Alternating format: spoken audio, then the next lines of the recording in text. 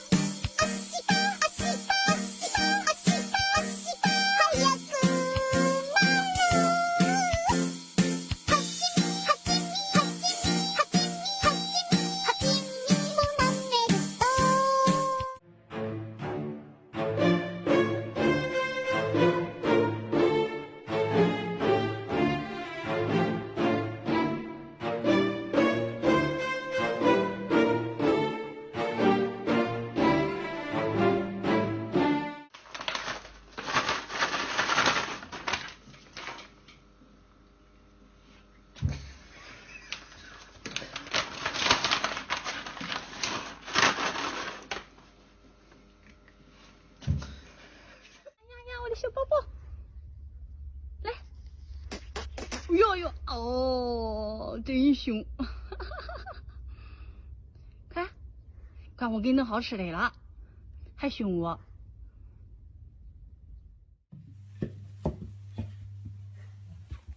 Сумочку кот погрыз, в горшке цветок, тоже кот погрыз. Провод туфли, кот погрыз, все кот погрыз.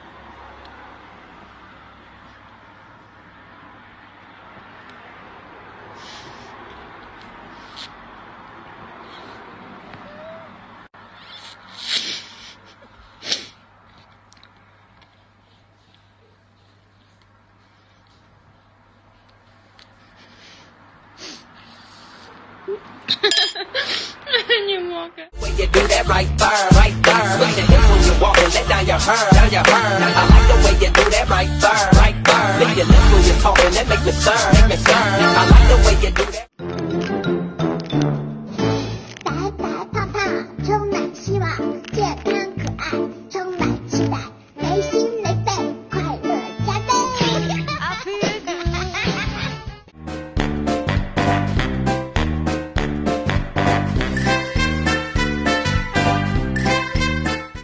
Never will I live to see 24. The way things are going, I don't know.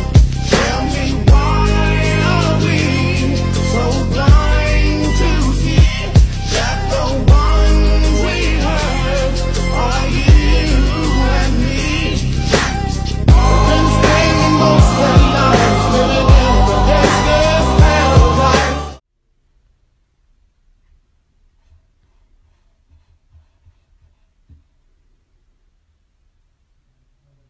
Знаешь, почему ты такой злой? Потому что нету кошки у тебя. Ты без кошки проживаешь зря. С этой кошкой всегда мы кенты.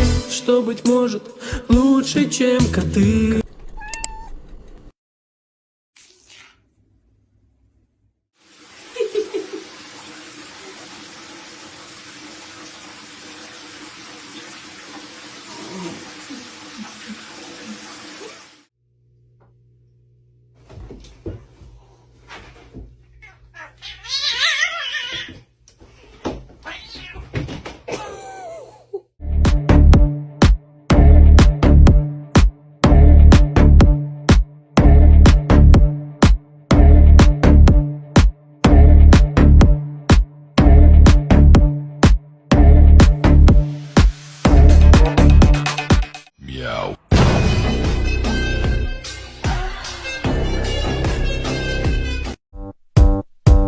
get up.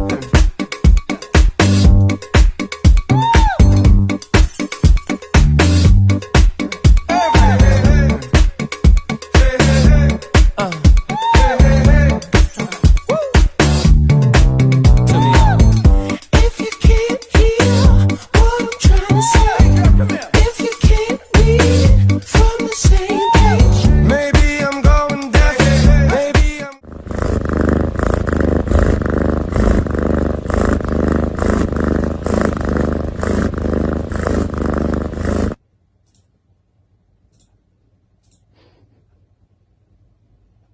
Относится к малым котам, но даже среди них она не является самым крупным хищником. Рысь уступает гепарду и его ближайшему родственнику – пуме. Обитающие в тройках сервалы и каракалы, а также дымчатые леопарды тоже могут либо быть такими же крупными, как рысь, либо превосходить ее размерами. Хотя это не преуменьшает ее вероятной ловкости.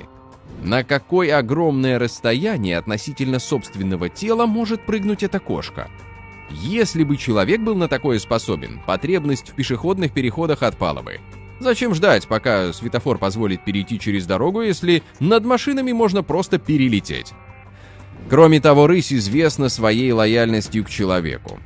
Хотя среди охотников ходят легенды о том, что иногда эта кошка нападает на людей, нет достоверных подтверждений этому. Наоборот, спасенные от браконьеров рыси довольно быстро привыкают к человеку и даже мурчат ему, как домашние коты. И хотя на фоне льва или ягуара рысь, конечно, не кажется огромной, но она больше и сильнее, чем овчарка, так что мурчание такой кошки напоминает работу мотора легкового авто. А ты бы хотел, чтобы тебе мурчала такая огромная кошка? Но какой бы милой ни была рысь с ее кисточками на ушах, коротким хвостом и огромными пушистыми лапами, она способна удивить своим охотничьим мастерством. Вес самца оленя примерно четверть тонны, и хотя безрогая самка уступает ему габаритами, но все равно является довольно крупным животным. Вес рыси в 7-8 раз меньше. Конечно, вооруженная острыми копытами травоядная не видит в рыси особой угрозы. Разница в габаритах слишком большая, да и олени вполне могут дать отпор хищнику с помощью ветвистых рогов, или если их нет, то просто затоптать противника. Что ж, если бы олень сразу убегал, у него было бы больше шансов.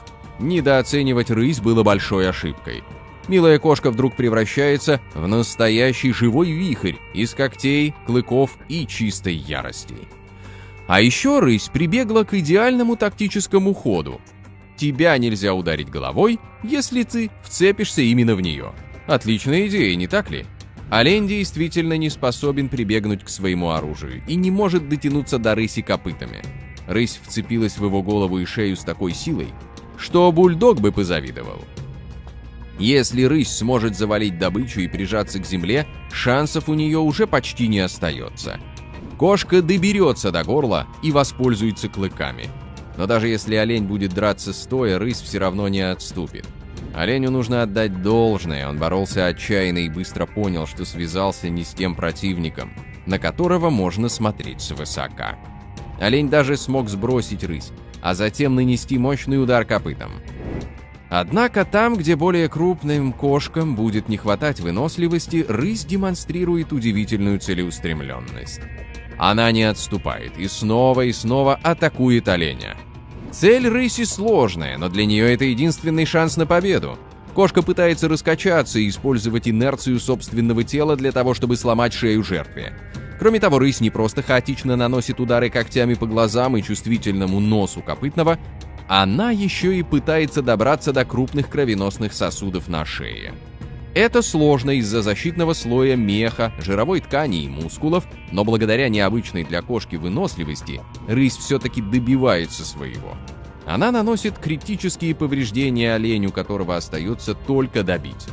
Как ты понимаешь, рыси часто охотятся многократно превосходящих противников. И если бы лев мог завалить жертву с такой же пропорциональной разницей, как и рысь, то мог бы в одиночку охотиться на взрослых слонов. Так что крупным животным повезло, что рысь маленькая. Сыр только в мышеловке, ты ведь знаешь эту пословицу? Что ж, а эти пернатые не знали. Они явно решили, что касатка будет их подкармливать просто из доброты. Сначала поведение огромного подводного хищника выглядит действительно странно. Касатка несколько раз подплывает к самому краю бассейна, чтобы отдать птицам свою рыбу. А что, в этом дельфинарии здорово кормят, хотя мы, если честно, против содержания водных животных в неволе. Поэтому касатка решила поделиться с такими необычными созданиями. Ведь для касатки птицы как существа из другого мира, не так ли? Нет, не так. Просто касатка хочет разнообразить свое меню. Скажем так, она инвестирует в свою идею немного рыбы, чтобы получить намного больше. Птицы перестают ее бояться, подходят к кромке воды намного ближе, и касатка устремляется на одну из них. Пернатая не успевает отреагировать и взлететь, когда огромная пасть хищника захлопывается. Секунда, и он уносит птицу с собой на глубину. Потратив несколько рыбок, он получил целый обед. Если ты думаешь, что это уникальный случай, то ошибаешься. У этой касатки нет рыбы, чтобы заманить птицу поближе, поэтому она решила притвориться милым, игривым другом пернатых. Посмотри, как касатка издалека начинает играть с птицей, переворачивается вверх животом, привлекает внимание.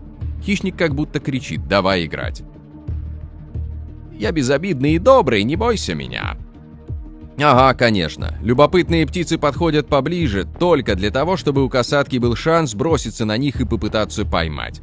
К счастью для пернатых, на этот раз реакция их не подвела.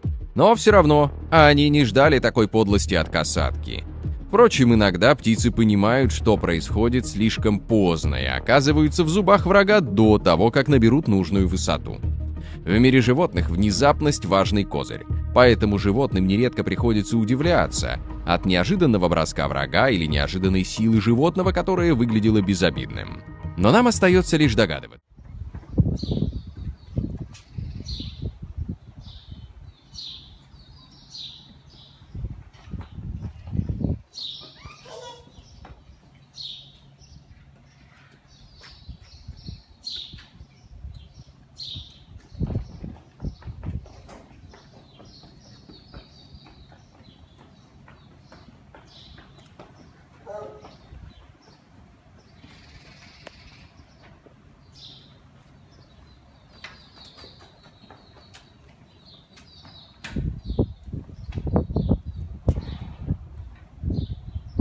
Явно не знает, что физические наказания – плохой и неэффективный способ воспитания.